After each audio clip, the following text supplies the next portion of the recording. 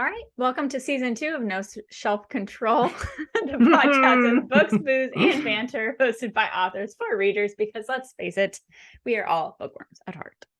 This season, we'll be chatting about book-to-screen adaptations and trending BookTok books. I'm Lindsey Sparks. And I'm Lindsey Pogue. Grab a cocktail, kick back, and enjoy the show. So welcome to this episode tonight / morning, afternoon, depending on when you're listening. Whenever you're listening. It is a dark, at least where I am, Wednesday evening. So it is also a dark Wednesday evening. I was going to say, is it even Wednesday? I guess I should double check on the calendar. Because we are in the same time zone. Yeah.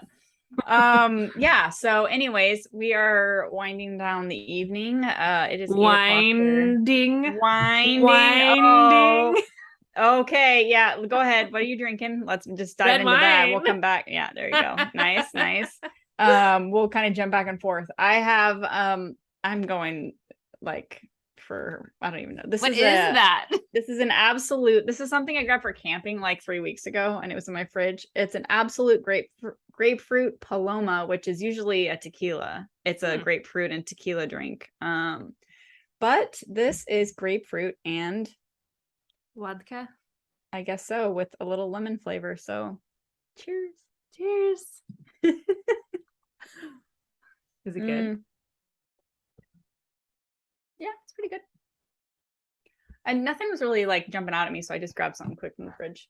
Red wine is always jumping out at me. I know. Well, I'm drinking less these days, so I was like, if I open a bottle of wine, then it's just going to sit in there because I'm also leaving for the retreat soon. So yeah. Oh no, I'm the same way in terms of drinking less and really thinking about when I open a bottle of wine, because then I'm like, how long is it going to sit there? Yeah. You know, I'm like, it's a good bottle of wine. I don't want it to go bad. Yeah. I feel you. 100%. But before we get too into the fun things, we should probably discuss what we're talking about tonight in case people do not know. Oh, right. Yes. You do need an intro. Welcome to this episode tonight, Team Lindsey. We are going to be talking about BookTok sensation book Hooked by Emily McIntire. We have seen this cover. Well, I don't have it. Do you have it? I can grab it. I don't have a physical, no. Oh, I do. Hold on. All right. Here it is. Ooh. Okay, so Hooked by Emily McIntire. This is a book that we have seen the cover all over the place, plastered all over Amazon and all over TikTok and BookTok. So we wanted to give it a whirl. So that's what we're going to be talking about tonight. Since you have the physical copy in your hand and it was not handy, I have a feeling you didn't actually read the paperback. No, I listened to the audiobook. Oh, it has a playlist. Oh, fun. Yeah, for people on the video. Oh, I think I might have known that because I read the ebook version. Yeah. So I think I actually did know that. It's not nearly as long as my playlists.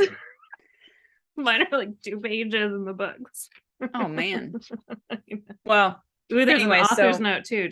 Okay. So I'm going to read the author's note just so people know. Okay. This does have a warning. Which is, Hook contains sexually explicit scenes as well as mature and graphic content that is not suitable for all audiences. Reader discretion is advised. He didn't say that in the right voice. Reader discretion is advised. Reader discretion is advised. So, yeah. And I don't know if she has trigger warnings listed anywhere, but she does on her website. Can I just, I know we're getting off topic, but I just have to say this. So this whole trigger warning thing, I know it's still going on? It's been on anywhere. Yeah. It's a thing now. Everybody expects them, and I get that, fine, whatever. But I just have to say,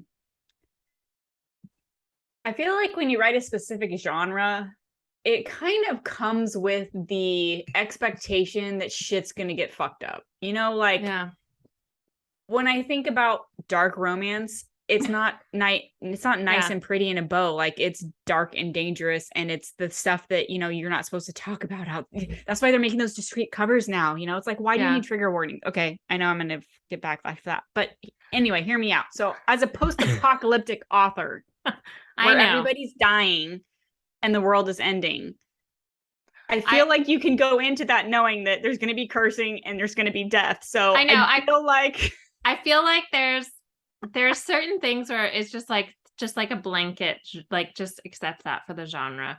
But there's other things like I really appreciate now at this point in my life trigger warnings for miscarriage and child death. Because those things are very personal to me, and they do cause like a traumatic response inside of my body. So I think I do understand like that people have different responses, and like I get it. Yeah, and I understand that too. And I mean, it's hard for me. Like I've been through some shit, but I also don't really feel like I have triggers. So I also feel like I can't really relate to that. But at the same time, I also know that if I'm going into a specific genre that I can assume, I mean, maybe not very specific things, like maybe like a miscarriage, that is something that's a little more specific, you know. But if it's the end of the world and there's cursing and children are dying, and like violence. What did you think was going to happen? Like so I don't know, I have like, I'm very mixed feelings about it. And again, I know that's very controversial, but I'm not one of those people that like, I 100% like, I don't want to offend anybody, obviously, but there's also only so much that it's like, now I literally have like all of my descriptions from now on and be like, trigger, if you want the trigger warning, go to my website. Like, yeah. Even though we all know everyone's going to die, like, you know, or whatever. I don't know. I think Song of Scarabs and Fallen Stars is the only one. Well, that one deserves its trigger warnings, but that one is the only one I have that has like the content warning within an author's note at the beginning of the book. But yeah, I didn't do one for Song of the Soulless. Was that the one I just did? Blood of the Broken. I didn't do one for that. Maybe I should have. I know, but it's hard, I figured like people were already at 5, but I mean, and yeah, I don't know. It's really hard. Yeah. No, I feel you on that. Anyway, it was just something that came up today. And so I was talking to my PA and I said, maybe I should just put a very generic thing like this book is about the end of the world. Yeah. There is adult content. Yeah. Please assume that, I mean, I really like this. Hook contains sexually explicit scenes as well as mature and graphic content that is not suitable for all audiences. Reader discretion is advised. Yeah. Like that's great. And there's like specific stuff in here that I would be like, you know, that might trigger some people. But yeah. But, you know, like I said, you can go to her website and she lists out whatever books and actually every single thing. So, yeah. Okay. Yeah. I just keep seeing all these videos on TikTok about how it's the author's responsibility to warn the reader, but then it's the reader's responsibility to go in and to, if it's not explicitly stated what they are, then it's their job to go figure it out. But then that also puts back on the author to go explicitly list them somewhere. You know what I mean? So it's just kind of this whole, Anyway, we can move on from that. But so we back to the introduction. We're gonna read and discuss this sensation book that we've been seeing this cover for all over the place. So we wanted to check it out. And you've had the paperback for a while, right? So yeah, I think I got it sometime in the spring, like March. Yeah. I've been seeing it around, but I didn't really know much about it. But now that I'm kind of in the retellings, I wanted to check it out. But let's be very clear, because she states very clearly in her description that it is not a retelling, which it was very much. I mean, and I'm sure this is something we can talk about more when we get to the book discussion. Yeah, but it was very much like inspired by, like, took inspiration from. Yeah. So anyways, but before we dive too much into that book, we talked about what we are drinking already. Is there anything else you want to talk about? Your red wine? No, it's Pinot, Merlot, Cab. What are you drinking? I actually don't know what it is. I know it's from Alexandria Nicole. Blend. No, I don't. I'm just kidding. I think it might be a blend. It is exceptionally dark. So my teeth are probably going to turn purple throughout the podcast. So vampire blood. That's all you had to say. Yes, delicious. Okay, so hump day, what are you working on?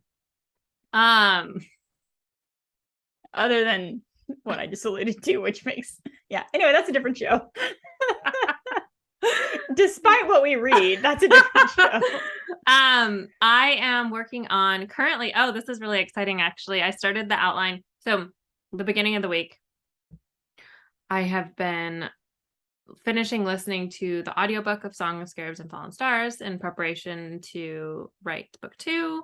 And I wanted to be like fully fresh on it. And so I was like doing a bunch of AI art while I was listening, because I need to like be able to, I need to be doing something while I'm otherwise like, you stare at the wall. It's weird. yeah, I need to like be, usually I'm like doing dishes or Right. going for a walk or driving. That's like my favorite.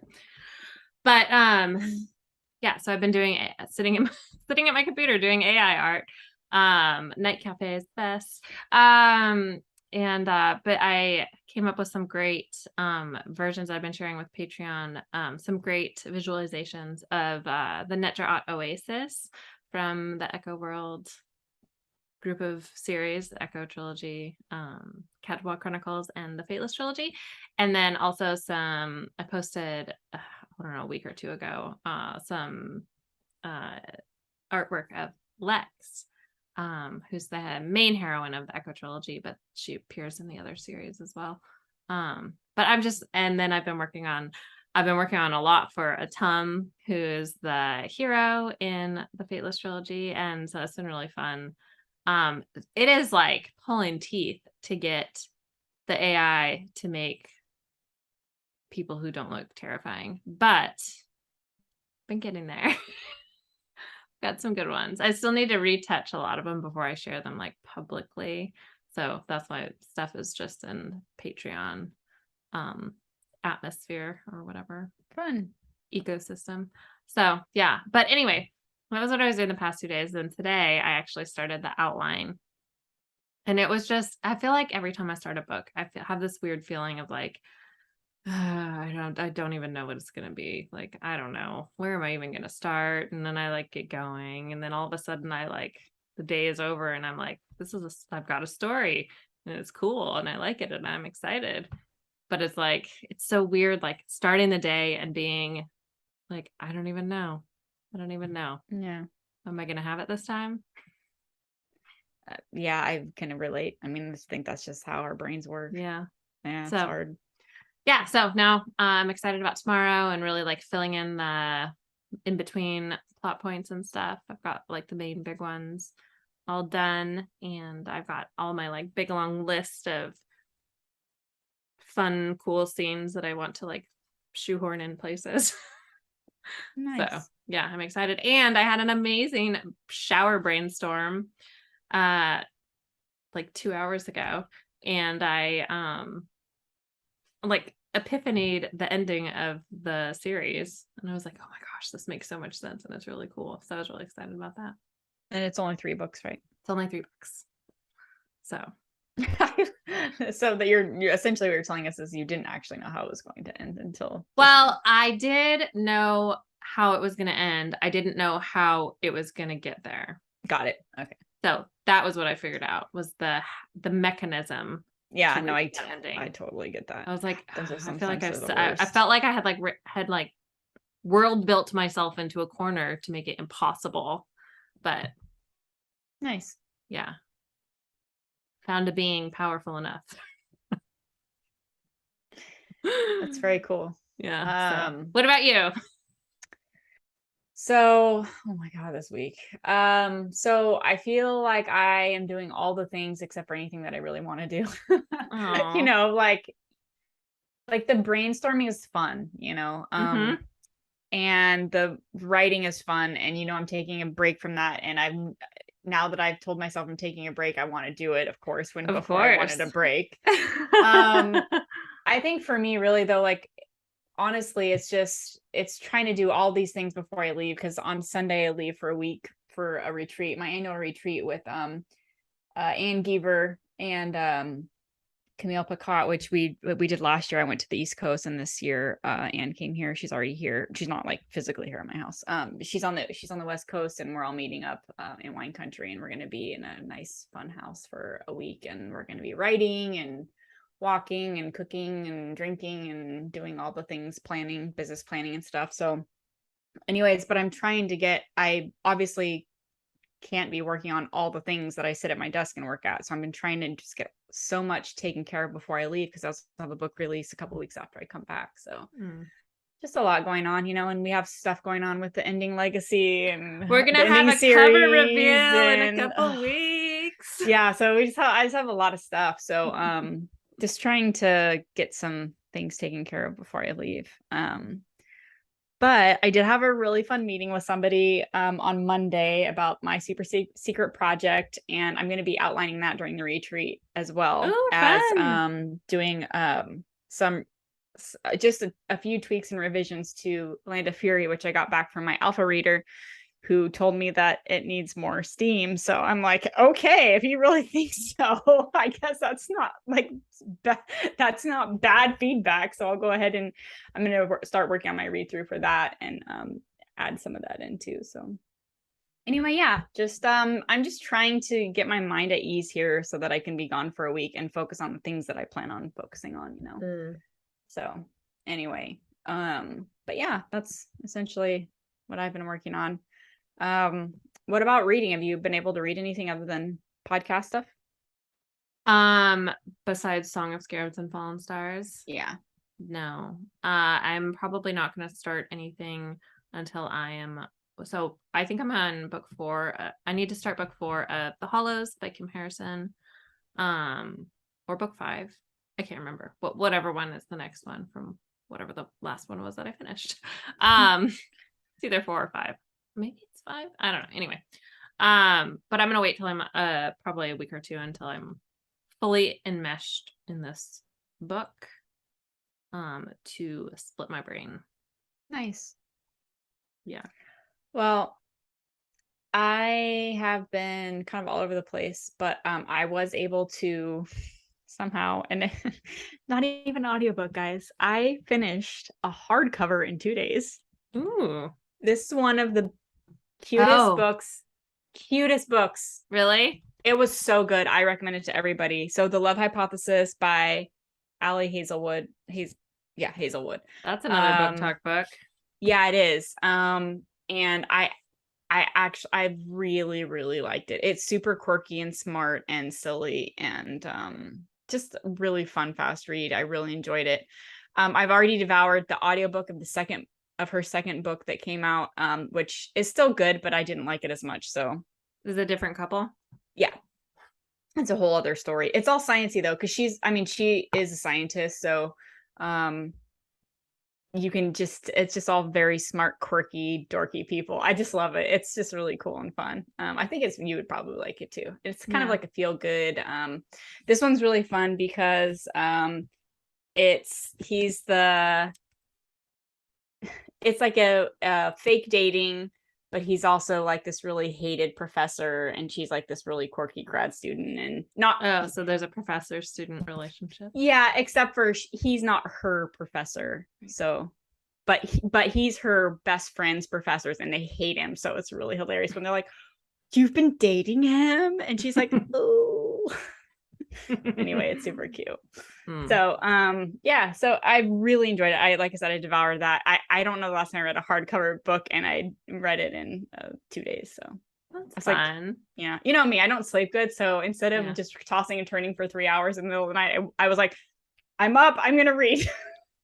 So I stopped reading in the middle of the night with my little what do they call it? My salt lamp was on. So anyway, moving on. None of that is important. Okay. All right. So moving into book stuff, unless you have anything else you want to check in about. We good? I guess we should take this opportunity to say that we do have Ending World announcements and goodies coming up. So everybody should keep their eyes out, right? Yes. Yeah. I think before we record the next episode, there will probably be 2 cover reveals. Yeah, maybe. Definitely something, guys. Keep your eyes out. Or around the time that we record the next episode. Yeah. So, yeah. Well, you'll just have to wait and see. No. Okay. So again, tonight we are talking about Hooked by Emily McIntire. I'm going to read the blurb. Please note that as we move forward, we're going to be talking about the book. Spoilers. So, spoilers. I feel like we need a sound, but I'm not educated or what do you call it? Sophisticated enough to know how to do that with technology. Anyway, so Hooked. And do we know is this I know that there's multiple books in this series. I don't know if this is actually the first one or not, but I know you don't have to read them in order as far as I know. Do you have any idea? Does it say on the book you have in front of you? It says a Never After novel. But okay, so it's probably just one. I know it's like a series of villain romances. Yeah. To which I would say, is he really the villain in this story? Yeah. Really? I don't know. But let me look it up to see what the rest of the series. All right. I'll go ahead and read it and you can look it up. All right. So Hooked. He wants revenge, but he wants her more. James has always had one agenda: destroy his enemy, Peter Michaels. When Peter's 20-year-old daughter, Wendy, shows up in James' bar, he sees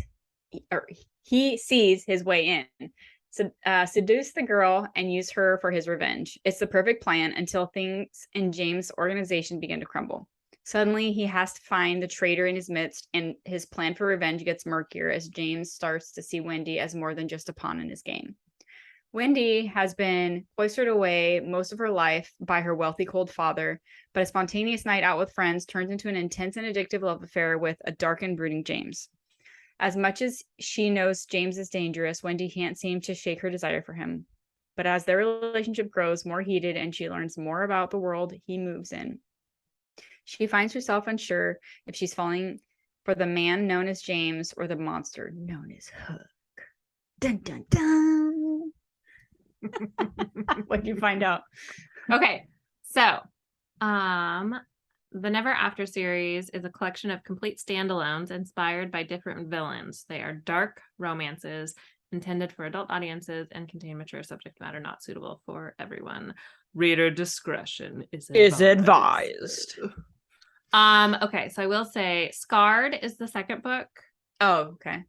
And I don't know what it is a retelling of. Maybe Beauty and the Beast? Okay, but this one is supposedly the first one.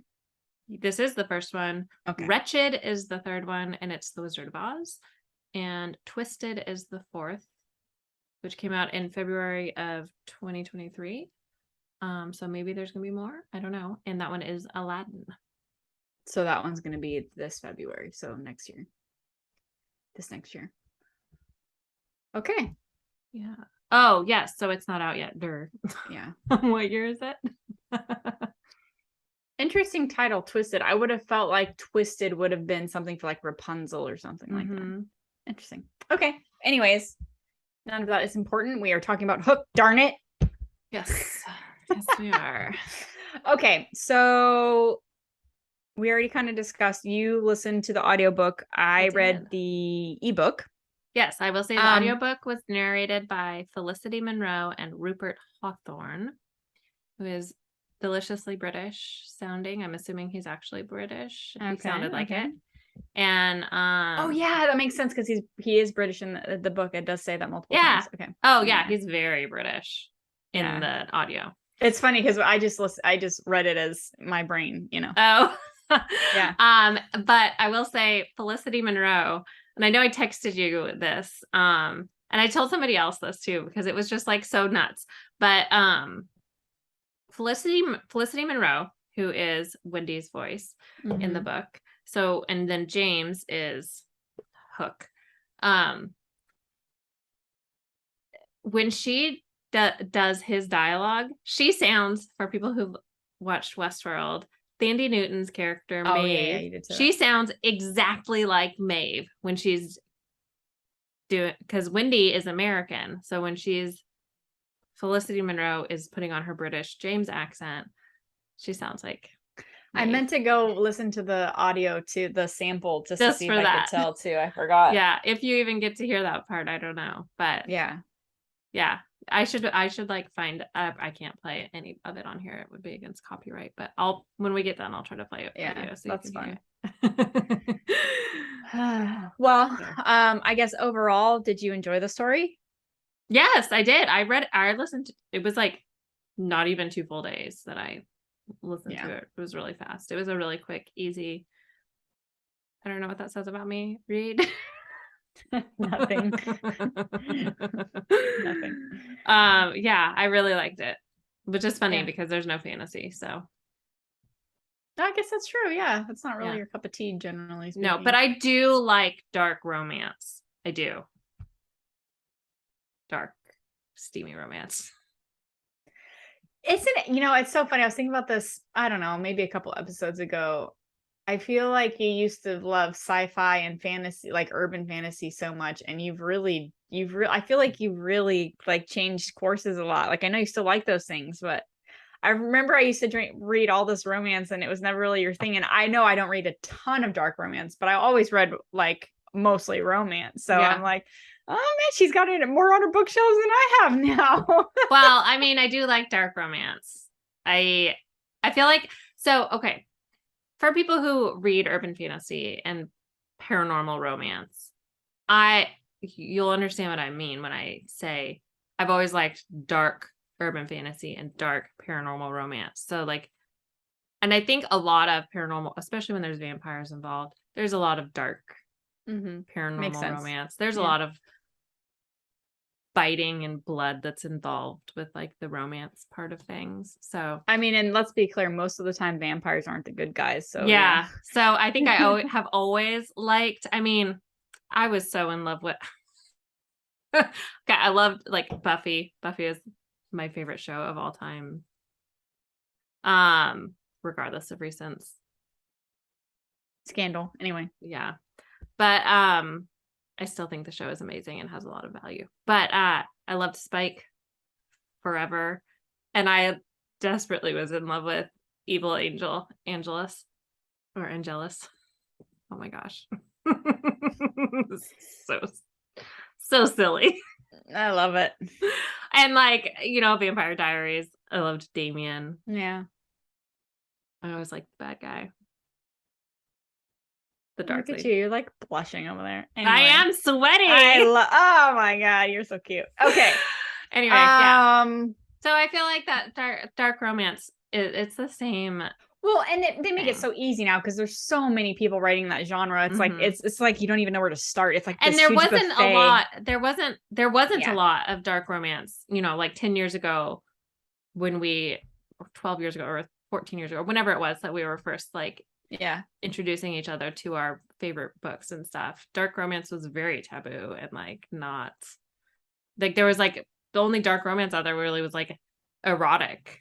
Like erotica. I should ask so Kay Webster, she writes a lot of dark she writes a lot of taboo too, but she writes a lot of dark romance, and I should ask her because she has over like 130 books or whatever, 150 books, whatever the hell. Oh my God, she's a freaking writing machine. But I should ask her if she has any dark like just dark romances that she has written, so we can pass them on because I'm sure she has something in that catalog of a gazillion books. Yeah, because she writes so many different. Well, is it most of her stuff dark romance or what is it? Well, I don't know. Like she does. I wouldn't say a lot of it is. She writes a lot of taboo. She writes some dark romance, but she also I don't know. I feel like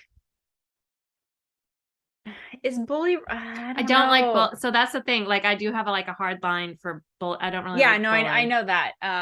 I'm just like I think for me, maybe I don't know where the line is drawn, but it's a difficult line to see. Yeah, but I don't know. Like I would definitely not call Hooked bully romance at all. Oh yeah, no, not at all.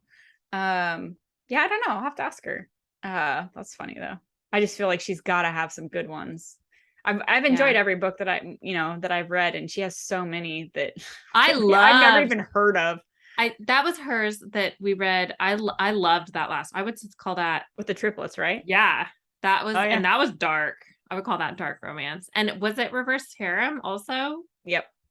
Yeah. So I was like a big fan of that. The second one already came out too. If you wanted to keep. I should.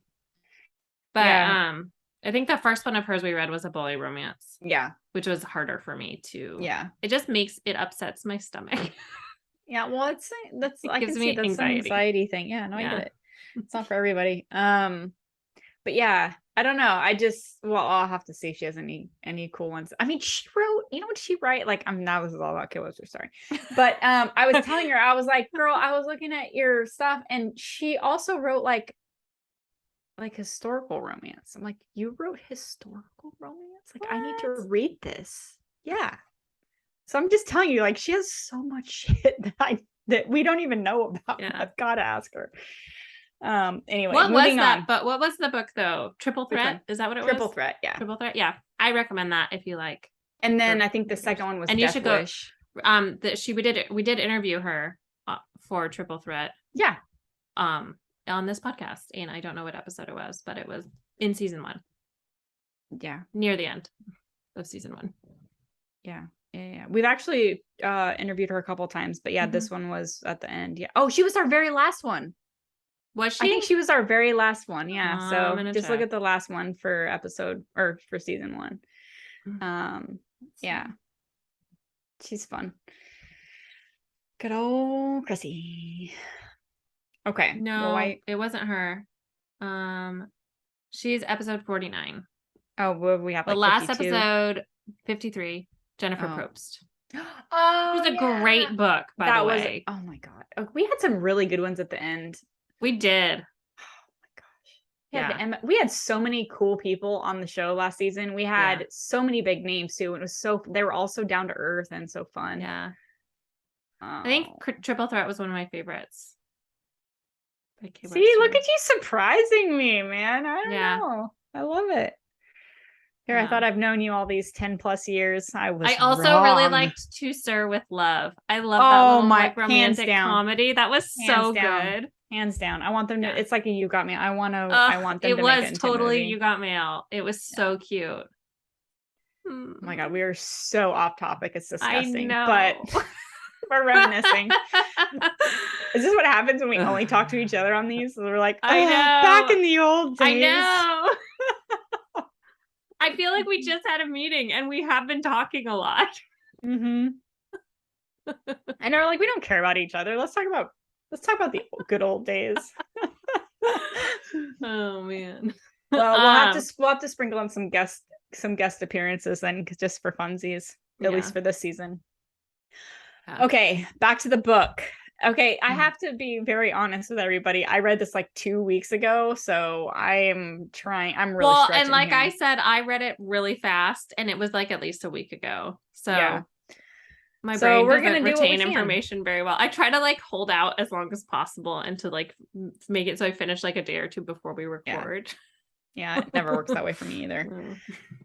Okay, so you enjoyed it. I did enjoy it. Was it what you expected? No, it was not at all what I expected. Okay, so explain that. Okay, now I understand very clearly why. Sorry, I'm mouse clicking. People, why it says she has this disclaimer on here, and I'm going to read it. It says these are fractured fairy tales. They are not retellings, and they are not fantasy. Because I totally thought it was a fantasy. Yeah. Book, and so like a dark fantasy romance. So and it was very dark, but it was not fantasy at all. It was like very a dark contemporary romance. Yeah, but I loved it anyway. I mean, it was like more like crime, like more mafia vibes than anything. Yeah, and mafia is not usually my thing when we've read. I mean, I know. Yeah, but I liked it a lot. I really loved James's character. He was so vivid in my head. Not like as any specific actor, but just him as a character. Like and his like tics and like and his mannerisms and like him, how he would like lose his shit. And I could just picture his hair like in his face and he's just like heaving and then he just like off switch and he's just like smooths his hair back and he's just like cool, calm, collected again. It was Christian Bale style. Yes, exactly. American Psycho. That's who it was. Yeah, that's funny. It was perfect. That's so funny. I mean, I think as far as what I expected, I didn't really have any expectations. I knew that I mean, I had read that disclaimer, so I knew that it wasn't going to be fantasy or anything. I wasn't really sure what she meant by it's not a retelling. Yeah. But like it's called Hooked and it's based on a fairy tale. I guess I don't really understand the difference. Yeah, I don't really understand the difference either. But I will say for listeners, basically, she just like picked or used some elements from the Peter Pan fairy tale, which again is not like a favorite of mine at all by any means. I don't even like Peter Pan, like the character. I don't like Peter Pan, the character. I always felt like he was the bad guy, like in the Disney movie. He just was like a little, ratty boy. Yes, he was just he was so like snotty. But yeah, so there's like things like so Peter, what is his last name? Darling. No. Oh yeah, because she's Wendy Darling. So Peter is her dad, Wendy is the daughter, so John is her brother. I mean, there's a ton of time. I mean, there's it's full of Easter eggs is basically what it is. Yeah. And the fact that they're enemies. Yeah, so they call him Hook because of how he kills people with his knife. They call even his we'll call him his adoptive father. They call instead of Rufio, it was Rue. And then they have his uncle was Croc. Yeah. And he had the clock or the watch. Yeah, the watch. He had this thing. He hated watches based on, how he was raised and abused as a child. Mm-hmm. All the names, Michael, Peter, Wendy, they all are in there. Mm-hmm. They're all very kind of twistedly interwoven into the story, which is really interesting. Moira. Mm-hmm. So Tink, like all the, they're pretty much any sort of flagship or any sort of like term you would associate with Peter Pan. I feel like Tiger Lily, all those things mm-hmm. are in that. That's the name of the boat, the yacht that he lives on. Mm-hmm. So it's like there's a ton of tie-ins. And what the Jolly Roger is the bar that he owns. Yeah. So Smee is a character. I mean, there's just So, anyways, you can't. It's impossible not to see the tie-in. But yeah, it's definitely, like you said, not fantasy. It's very contemporary, kind of more of like a mafia, like crime world story. Billionaires, millionaires, whatever you call them. But yeah, so there's no like eternally young snotty boy. Yeah, I actually think that was one of the things I liked best about this story was the really clever way that she tied all of those aspects into the story. It was so smart. I wish we could have her on the show because I would want to pick her brain about how she figured out, like what made you decide that you were going to call the yacht Tiger Lily? Like, why didn't you make Tiger like into a different character, or like, why was it the yacht? Like all these different things. Be really interesting to know like how and why she decided to do very specific things. And what I also thought was really interesting was Wendy's father. He was known to, he was famous for his airplanes called Neverland. Was it Neverland? No, Never Air. I don't know what it was. I don't have it. But it just really, it's all very, very clever. Yeah, it was. So, I really liked that about it a lot. That was probably my favorite thing. Yeah. Was there anything, I'm asking this because I've found something very specific about her writing, but was there anything about the way that she wrote that like stuck with you, or that like was in your mind, or that you noticed when you were reading through the story? No, but I listened, so that might make a difference. I'm curious what you say though. So, and this is the writer in me. This isn't the reader.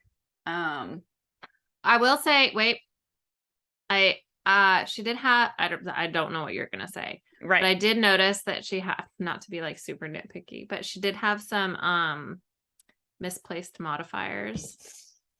It's not what I know me. I do. You're the one that corrects mine. Misplaced modifiers. Yeah, so I'm like, that's definitely not. I'm like, this is a misplaced modifier. Yeah, and every time you put that, I'm like, that makes sense, and then I'm gonna forget that next time. Like I always feel so annoying too. But okay. I hear it in I've been hearing it a lot in the Hollows also.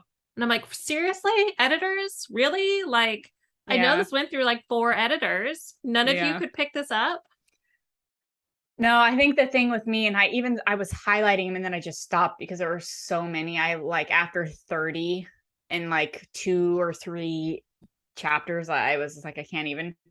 She has so many similes and metaphors and analogies that like really? everything is compared to something. And they're all, don't get me wrong, I did not notice that at all. They're actually really good. I'm like, God, that's really smart. But I'm like, okay, I'm saying that every other line. Like this is kind of ridiculous. Like this is a lot of comparisons. I'm curious. So I wish I should have been prepared. I should have pulled them up. Like I said, they were really, it's not like there was anything like that they were bad. They were really smart. And I was like, oh my God, that's a really cool like analogy. But I'm like, okay, that's like the 100th analogy that I read in this thing. So anyway, I think I actually deleted it from my Kindle already. Yeah, that sucks. But anyway, so that was the one thing that it totally stuck out to me. And I think it's just because I'm very aware in my own writing. Like I don't overuse, really try, we know this, right? We do this with each other. We try not to overuse things. And so. I know my writing was way more like flowery and figurative in my first book, I feel like. Yeah. No, I'm just like, get to the point. Yeah. Well, and I think it all, like there's a mood too, anyway, but yeah, so, and it's not, like I said, it's not a bad thing. I think it's just the way, like my preference, like I'm so aware in my own writing of these things, right? Or, using the same word over and over again. I catch that stuff all the time in other people's writing, not in my own so much because I try so hard and I just read the same thing 17 times, but so I don't catch it, but like, it's just one of those things where I do notice it in other people. So anyway. I know what you mean. But yeah, overall, like I think it was well written and everything. I'm not trying to like, talk shit or anything. It's just something that it stuck with me. And I was just like, oh my God, I wonder if Lindsey is noticing any of this. Okay. So I was curious, like, I know you liked James / Hook. What did you think about Wendy's character? So, and just to be clear, so in this story, James, as it states in the description, he wants revenge on Peter. And so he's going to get to him the only way that he knows how, and that's through his daughter, Wendy. And so they happen to meet at his bar one night and everything kind of unravels from there. But so, it's a romance. I'm sure everybody can imagine what happens. But in general, what did you have any feelings, strong or not at all, about Wendy's character? Did you like her? Did you not like her? I'm just curious. I don't know that I had like a ton of feelings about her one way or the other. She was a character. She was very naive. I didn't dislike her by any means. I thought she had nice transformation. I liked the way that she fit with James in his like twisted needs. Yeah, that was well written. Yeah. And I don't know, she was kind of a conundrum. Like once I saw this question, I started thinking about it more. Like, so she's I don't know, she's probably a billionaire's daughter, but she works at a coffee shop. She's a virgin. She just turned 21 in the book. But she has the freedom to work at a coffee shop. So I am surprised that I don't know, most like billionaire rich kids, they're out living it up, it seems like, in all the movies and TV shows, at least. Right. I don't know. I didn't, and it's not like her dad was ever around. So I could have been getting crazy. Yeah, I didn't understand her extreme shelteredness when her dad was so absent, I guess, other than the fact that she kind of had to be the mom for her brother. Yeah. But I don't know. It was interesting.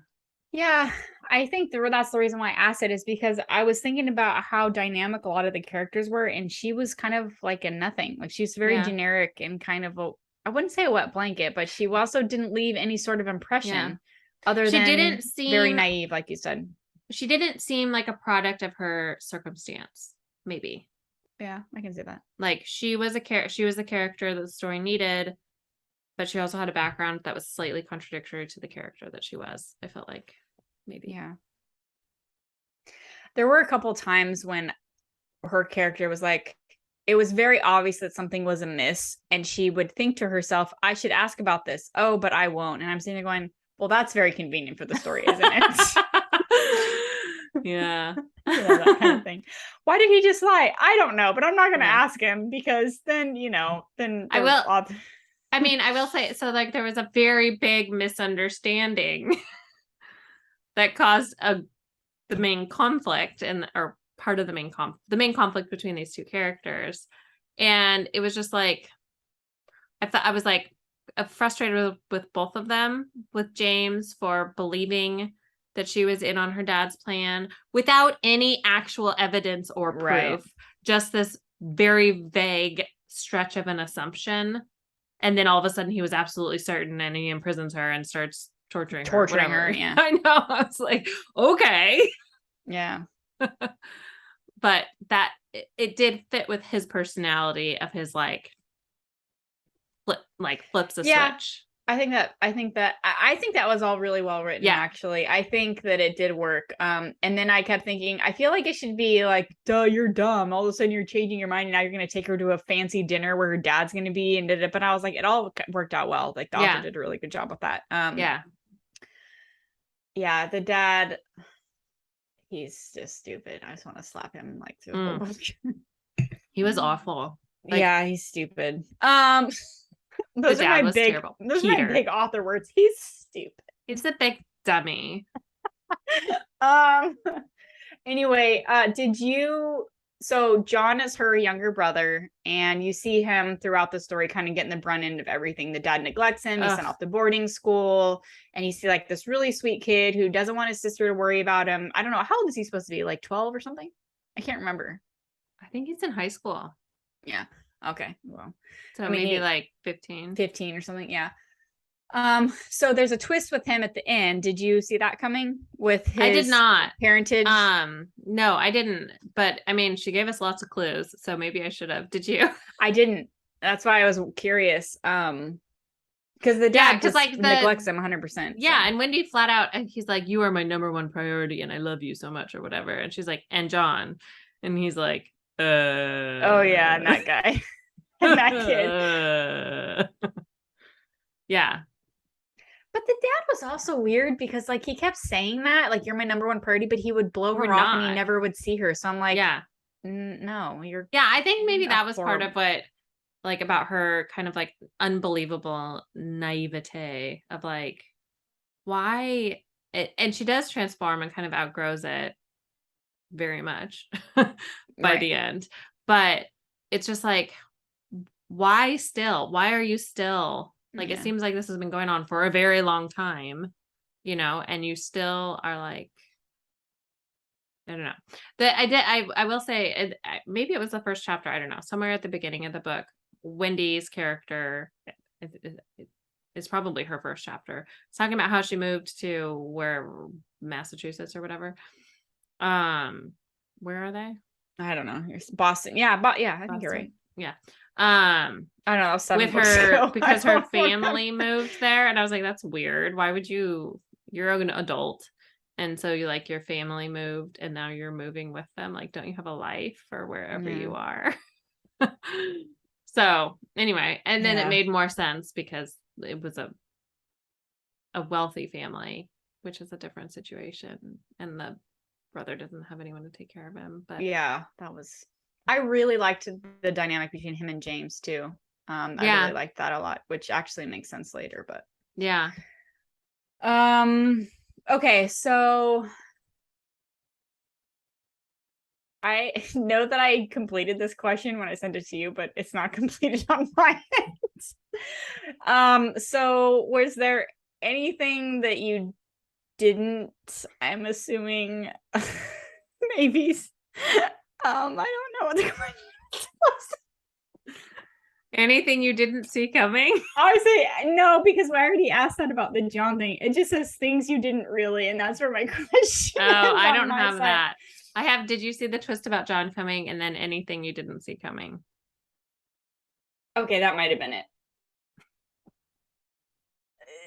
Sure, let's just do that. What do you I mean, think? other than what is coming up in the next question, nothing that I can think of. Okay, so there was one thing that I thought was kind of I totally predicted that the old man was going to die. okay, so I did as well. And I think the thing that I think where I was going with this question, because I answered it, I just didn't ask myself. I have the answer. The mystery question. I don't know the mystery question, but I know the answer to the question. And that was this is Jeopardy. So this is right. So it kind of bugged me because they tried to make Rue like this really like that's his like that's James's kind of adoptive father or whatever. He kind of took him in when he was young.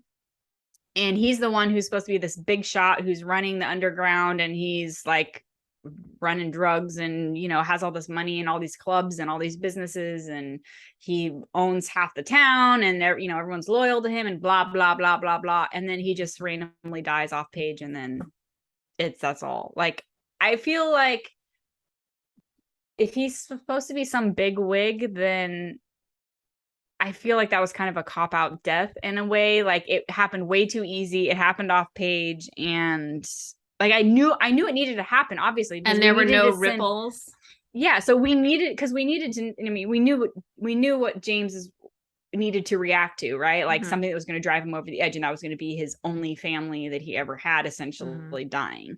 So that all made sense. But the way that it was written and the way that it was carried out, I was just like, it did not feel either well thought out, or it felt like anticlimactic, or, you know, I don't know. Another question, which James learns that Rue went by himself after telling James that he was going to take someone. Why did he go by himself? He's like let's just, for lack of a better term, he's like the mob boss, and he's just going to go like to this really sketchy. They made it very clear from the very beginning, all the mishaps and stuff with this meeting, a sketchy meeting, and he's going to go alone. It just didn't mesh well for me. Yeah. So anyway. Interesting. Convenient. Interesting. Yeah. And we move on. Okay. So back to the twist. Did we see it coming? So Moira, we know, we're talking about how, you know, earlier about how the author was really smart and how she weaved in characters and names from the original story. Excuse me. So Moira works at the club that burns down. She's James. He's a booty call for James. Yeah, essentially. But she wants more. Yeah. And then there's Smee, who is the guy who essentially kind of tends to his yacht, and is this guy that he took in as a child, right? Or as like, not as a child, but maybe as a teenager, like a street kid or something. Yeah. Took him in, kind of like raised him as his own. He's his most loyal person that works for him. We already know how that ends. Yeah. But anyway, so that was I definitely knew. Moira did surprise me a little bit. Moira, I was expecting maybe the narrator. To me, from the very beginning, I knew for a fact. I knew the first moment I met him, I was like, I already know what this guy's gonna be. He's Bad News Bears. No, Smee, I didn't pick up on that until when James brought Wendy back as his prisoner, and then Smee was acting weird to me, and like letting her out when definitely when he unlocked the door. Yeah. And James was like, the door was not unlocked. I was like, okay, something weird's going on. But I thought he was working. I thought both he and Moira were working for Peter. I didn't see Smee as an attempted boss / I have to admit, I didn't know like who he, like, I knew he was bad. I knew that he was probably like way higher up, like probably the brains, but I didn't know that he was the Croc, right? That's what they called him. Yeah, he was Croc's son. Yeah, Croc. and I didn't know that. I think for me, the author did a really good job of kept talking about Tink and Tina and the whole making her look like the bad guy, who is actually Wendy's father's coworker / probably fuck buddy. I don't actually know. It was she was his executive assistant or something. Yeah, but she was everywhere and she was they were giving like her going out to opinions dinner and But anyway, I guess I kept thinking they were more involved. Her and Peter were more involved than they were. And I didn't expect Moira. I actually expected the henchmen, the guys. I don't remember their names, but the ones twins? who were. Yeah, I expected them to actually be the bad guys, really, out of between all of I them. loved that they were just like always there when James loses his shit. And Yeah, they're just like Tweedledee and Tweedledum, and they're just always there. Yeah, and he's just like murdering people. And then he's like, clean up my mess, and he like walks away. Mm-hmm. Yeah. Mm-hmm. Mm. Oh, I don't think their loyalty was ever questioned, was it? No, but I think that's why I was like, oh, they have to be guilty. He's not even questioning it. Like, there's no way. Like, it has to be them. But yeah, no. So good job there. Okay, so things that you really loved about the book. James. I just loved James. Yeah, I put we already mentioned it, but I really liked how she wove in like all the character and just really kind of reworked an old story and used it in a way that I thought was really clever. So all the naming and how she associated past characters and whatever. So it was really well done. And I wouldn't say like you, it's not one of my favorites. So I'm not like super familiar with the story. So I bet you there's things I didn't even catch. You know what I mean? Yeah. Yeah. Same. Yeah. Oh, and then we didn't even talk about the pixie dust, which is like the drug that they're all running the whole time. That was clever too. Yeah. Yeah. So anyway, anything else? Just James. Just James. Lickable James. I just really liked James. It was a great character. Like his background was like just sordid and horrible enough to like make it all make sense and give him like an out for being so horrible. And I mean, he's straight up like tortures and murders a guy for being rude to Wendy. Yeah. On page. But nobody cares because it's James. I still like him. I mean, his very first scene is him killing his uncle. His uncle. Is it his uncle? Yeah. Yeah, it's his uncle who raped him and beat him and was terrible. Yeah. So. Okay, so then do you foresee yourself reading any more books in the series? Maybe. I could see myself doing it. Yeah. I'm curious about the Wizard of Oz one. That one's which one? Twisted? No, what was that one? The third one, Wretched. Wretched. Yeah. So I don't know what Scarred is. I want to find out what the retelling is. That's the only one that we don't know. That's cool though. I wonder why she chose Peter Pan for her first one. She really likes Peter Pan. Well, that idea might have just been really vivid, like just really in her mind, Yeah. I can see that. Is anybody? It's really creative. Lion King. Oh. What the heck? Now I kind of want to read it just because I'm curious. How does that work? The name makes sense for that one. Scarred. Yeah. Anyways. Well, I don't know if I'll read more. I mean, I'm not opposed to it, but it's not on my like list of must reads either. So yeah, I think it's kind of like up there with like the Bridgerton. Like I kind of want to read the next ones. We were talking about this last time, but it's not like I've downloaded all of them. Like I'm super like gung ho to read all of them next, sort of thing. Yeah. I think I will read Wretched. Because you're gearing up for I know why. Next year I'm writing I'll be releasing season 2 for the podcast of All Worlds Online first before I release the book, but I am planning on recording and releasing the season 2 of the podcast, which is The Wizard of Oz. So I'm really curious to see how she put a dark contemporary romance spin on The Wizard of Oz. Yeah. Because I've been having all these ideas for what I'm going to be doing with my spin on The Wizard of Oz, which is admittedly very different because it's lit RPG. So, but yeah, I'm really curious. I can almost guarantee at this point that I'm going to read it. Cool. And also The Wizard of Oz is like my all-time favorite. Yeah, hence why you're writing about it. Yeah. Makes sense. I want someone to do like this version of Jane Austen's novels.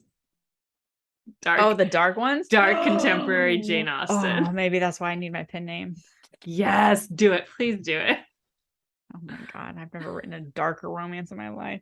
It's all right. I guess I could give it a whirl. Okay, so anything else before we depart from this? Are we departing? We're departing. It's past 9 o'clock. I'm going to turn into a pumpkin. Yeah, I don't know why, but you didn't sound like her at all, but you totally reminded me of Jennifer Coolidge. I know. It's because I don't have a good English accent. A pumpkin. A pumpkin. Oh man. I think yeah. She's like scarred into my brain. I'll probably, anytime I ever try and do an accent, it will sound like her regardless of what I'm actually trying to say, I think. Tally ho. Tally ho. Yeah, I can't even sound like her. But you do it really good. Thank you. Okay. All right. I don't have anything else. All right. Well, I think I can safely say that is it for this episode then. Thank you for listening, everyone. Don't forget to check out the show notes, this episode's links, and book recs. We did have a couple, and we'll be back in a couple weeks to chat about the book to screen adaptation of The Devil Wears Prada. I'm so excited about this one. By Lauren Weisberger. I hope I'm saying that right. So we're going to be watching the movie and also reading the book. So we'll talk about that. I do have to say that this is another one of those instances where I'm really interested to see what we think, because a lot of people don't like the book because they watched the movie first. I'm really curious too, because I love the movie. Oh God, I feel so bad for authors when this happens, because it's like, I wrote the book first. It's not fair, you know. The movie wouldn't exist without the book. I know. I just have to say, because I was looking, the very first review that popped up when I looked at the book was, I wrote it not down as so good that as we the could movie. read it. Oh no, it flat out said, "Love the film, hated," in all caps, the book. I will say, I mean, the movie has an amazing cast. If you think about who's in it. Well, yeah. Anyways, we'll talk about it. We have no idea. We haven't read it yet. I know. I'm so curious. So we'll see how that goes. I have the audiobook downloaded, so I'm excited about that. But in the meantime, if you enjoy the show, please leave us a review wherever you listen, and be sure to join the No Shelf Control Facebook group. And everybody, until next time, happy reading adventures. Stay out of trouble. Stay safe. Don't do anything we wouldn't do, which is a lot of things, but also have fun. And we love you. Happy reading.